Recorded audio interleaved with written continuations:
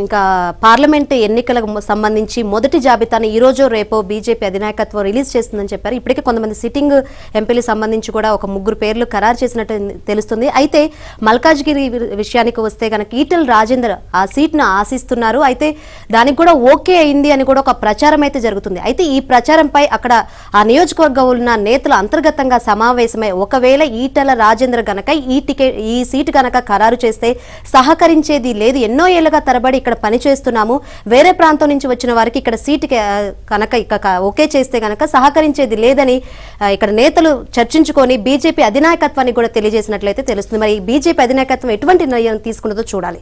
Malkajgiri ticket కు సంబంధించి ఇక్కడ తీవ్రమైన పోటీ కనిపిస్తా ఉంది. ఇదే మల్కాజ్గిరి టికెట్ అంశం ఇప్పుడు కమల దళంలో చిచ్చు రగిల్చింది. పార్టీ జాతీయ కార్యవర్గ సభ్యులు ఈటెల రాజేందర్కు ఇక్కడ టికెట్ ఖరారైనట్లు జరుగుతున్న ప్రచారం పట్ల పలువురు సీనియర్ నేతలు తీవ్ర అసంతృప్తి వ్యక్తం చేశారు.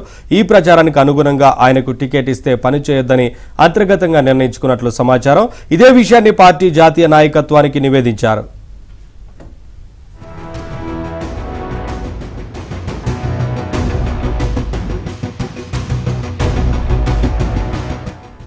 ఏళ్ల తరబడి పార్టీ కోసం ఎవరు పనిచేస్తున్నారో వారికి అవకాశం ఇవ్వాలని, ఇప్పుడు టికెట్ అడుగుతున్న వారికి కనీసం 5 ఏళ్లు పనిచేసిన తర్వాతే అవకాశం ఇవ్వాలని కోరారు. ఇతర ప్రాంతాల నుంచి వచ్చి ఇక్కడ పోటీ చేస్తామంటే ఒప్పుకునే ప్రసక్తే లేదు. 35 లక్షల మంది ఓటర్లు ఉన్న ఈ నియోజకవర్గంలో బయట నుంచి వచ్చే వ్యక్తి పోటీ చేయాల్సిన అవసరం ఉందా? మల్కాజ్గిరిలో కార్యకర్తలు లేరా? మాజీ ఎంపీలు, మాజీ ఎమ్మెల్యేలు, జిల్లా పార్టీ అధ్యక్షులు పోటీ చేయడానికి అర్హులు కాదా అని సీనియర్ నేతలు ఆవేదన వ్యక్తం చేశారు.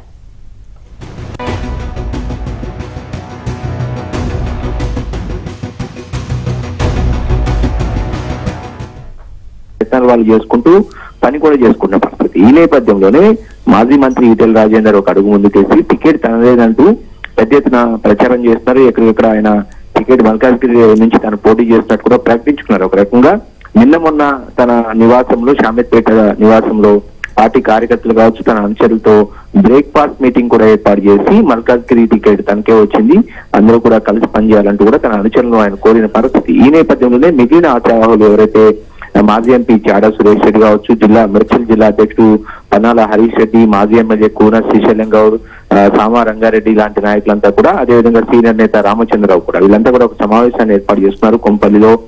ఈ మల్కాజ్గిరి టికెట్ ను ఈటెల రాజేందర్ కనుక ఇస్తే సహకరించేది లేదంటూ కూడా వీళ్ళు ఒక అల్టిమేటాన్ని జారీ చేశారు. ఒక నివేదికను పార్టీ జాతీయ నాయకత్వానికి కూడా అందజేసినట్టు సమాచారం. ఎందుకంటే చాలా కాలంగా వీళ్ళంతా కూడా ఇక్కడ పనిచేసుకుంటూ వస్తున్నారు. బయట నుంచి వచ్చిన వ్యక్తులకు మల్కాజ్గిరి టికెట్ ఇచ్చే ప్రసక్తే లేదు. అసెంబ్లీ ఎన్నికల్లో 2 చోట్ల పోటీ చేసిన ఈటెల రాజేందర్ 2 చోట్ల కూడా ఓడిపోయారు.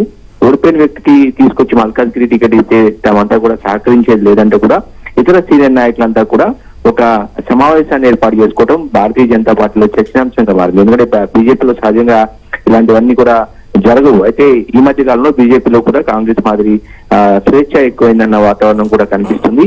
మరొక వైపు చాలా కాలంగా తామంతా కూడా పనిచేసుకుంటూ వస్తాం, తమలో ఎవరికి టికెట్ ఇచ్చినా పర్వాలేదు కానీ ఈటెల రాజేందర్ మాత్రం టికెట్ ఇవ్వద్దంటూ కూడా ఒక అల్టిమేట్ అన్ని జారీ చేసిన పరిస్థితి. సో ఇది కొంత బీజేపీలో చర్చనాంశంగా మారింది. ఇంకొక వైపు ఈ ప్రస్తుతం ఢిల్లీలో ఈ టికెట్ల కసరత్తు మీద దాదాపు ఒక కొలిక్కి వచ్చిన సమాచారం. సిట్టింగ్ ఎంపీలు ఎవరైతే కిషన్ రెడ్డి సికింద్రాబాద్ నుంచి, కరీంనగర్ నుంచి బండి సంజయ్, నిజామాబాద్ నుంచి ధర్మపురి అరవింద్ పేర్లు దాదాపుగా ఖరారయ్యాయి. వాళ్ళు ముగ్గురు మళ్ళీ తిరిగి పోటీ చేయబోతారు. మరొక సిట్టింగ్ ఎంపీ సోయం బాపురావు విషయంలో మాత్రం నాయకత్వం ఎలాంటి నిర్ణయం తీసుకోలేదు. ఇక చేవెళ్ల నుంచి కొండ విశ్వేశ్వరరెడ్డి, భువనగిరి నుంచి బూర నరసయ్య గౌడ్, అదేవిధంగా మహబూబ్ నగర్ నుంచి డికేర్న లేదా జితేందర్ రెడ్డి పేర్లు అయితే దాదాపు ఖరారైనట్టు తెలుస్తుంది. వీటితో పాటుగా మల్కాజ్గిరి కూడా అభ్యర్థిని ప్రకటిస్తారంటూ ఒక చర్చ జరుగుతున్న నేపథ్యంలో ప్రస్తుతం మల్కాజ్గిరి మీదే బీజేపీ నాయకత్వం అంతా కూడా ఫోకస్ పెట్టింది. బీజేపీలో హాట్ సీట్ గా కూడా మల్కాజ్గిరి మారిన పరిస్థితి. ఎందుకంటే గతంలో ఇలా అంటే దాదాపు 35 లక్షల మంది ఓటర్లు ఉంటారు. నార్త్ ఇండియన్స్ కావచ్చు, సెటిలర్లు ఎక్కువగా ఉన్న నియోజకవర్గం కావడంతో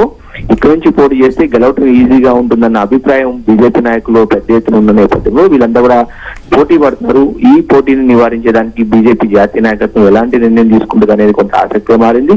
ప్రస్తుతం ఢిల్లీలో బీజేపీ ముఖ్య నాయకులంతా కూడా ఢిల్లీలో ఉన్నారు. ఈ అంశం మీద కూడా చర్చ జరుగుతున్నట్టు తెలుస్తుంది. ఏదేమైనప్పటికీ కూడా ఈటెల రాజేందర్ కనుక మల్కాజ్గిరి సీట్ ఇస్తే కనుక తాము సహకరించేదంటూ కూడా సీనియర్ నాయకులు ఒక అల్టిమేటం జారీ చేశారు. వాటితో పాటు పార్టీ కేడర్ కూడా ఇప్పటికే లోలోన చర్చించుకుంటుంది. ఎట్టి పరిస్థితుల్లోనూ ఈటెల రాజేందర్ కు ఇక్కడ టికెట్ ఇస్తే చర్చ సహకరించేది లేదు అనేది కూడా చర్చ జరుగుతుంది.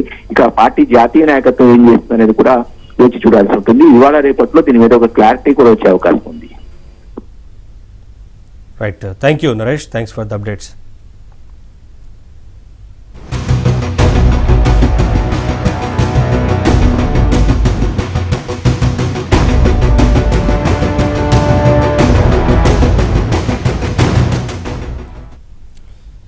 శంకరి, లోక్సభ ఎన్నికలు సమీపిస్తున్న నేపథ్యంలో బీజేపీ అభ్యర్థుల ఎంపికకు సంబంధించి పూర్తి స్థాయిలో కసరత్తు చేస్తున్నట్లు కనిపిస్తూ ఉంది. ఇక తెలంగాణతో పాటు పలు రాష్ట్రాల్లో లోక్సభకు పోటీ చేసే అభ్యర్థుల జాబితాను 100 మందికి పైగా మొత్తంగా పలు రాష్ట్రాలకు సంబంధించి ఇప్పటికీ ఎంపిక చేసినట్లు కనిపిస్తూ ఉంది. వారందరినీ కూడా ఆ జాబితాను ఈ రోజు రేపు విడుదల చేసేందుకు అవకాశం ఉన్నట్లు తెలుస్తూ ఉంది కదా. Yes right. ఇక తెలంగాణతో పాటు పలు రాష్ట్రాల్లో బీజేపీ తరపున లోక్సభకు పోటీ చేయబోయే అభ్యర్థుల ఎంపికపై కసరత్తు తుది దశకు చేరింది. దేశవ్యాప్తంగా 100కు పైగా స్థానాల్లో బరిలో నిలిచే అభ్యర్థులతో కూడిన తొలి జాబితాను ఇవాళ లేదా రేపు ప్రకటించే అవకాశం ఉంది. అందులో తెలంగాణ నుంచి 6-7 స్థానాల్లో పోటీ చేసే అభ్యర్థుల పేర్లు ఉన్నట్లు తెలిసిందే.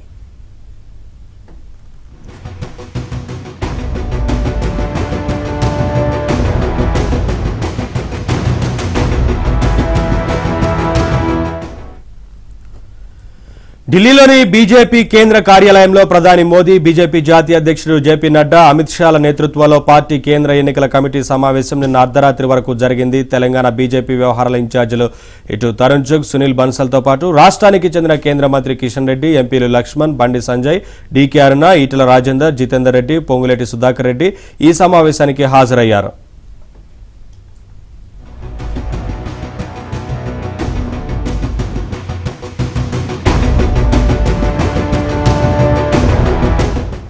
రాష్ట్రంలో బీజేపీకి 4 సిట్టింగ్ ఎంపీ స్థానాలు ఉండగా ఆదిలాబాద్ మినహా మిగిలిన 3 స్థానాలకు అభ్యర్థులను తొలి జాబితాలోనే ప్రకటించనున్నట్లు సమాచారం.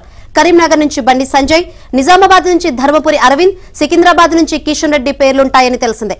అదేవిధంగా బీఆర్ఎస్ నుంచి గురువారమే బీజేపీలో చేరిన ఎంపీ రాములు లేదా ఆయన కుమారుణ్ణి నాగర్ కర్నూలు బీజేపీ ఎంపీ అభ్యర్థిగా మొదటి జాబితాలోనే ప్రకటించే అవకాశం ఉంది. ఇక మల్కాజ్గిరి, చేవెళ్ల, మహబూబ్ నగర్ స్థానాలపైన కేంద్ర ఎన్నికల కమిటీ చర్చలో ఓ కొలిక్కి వచ్చినట్లు తెలిసిందే.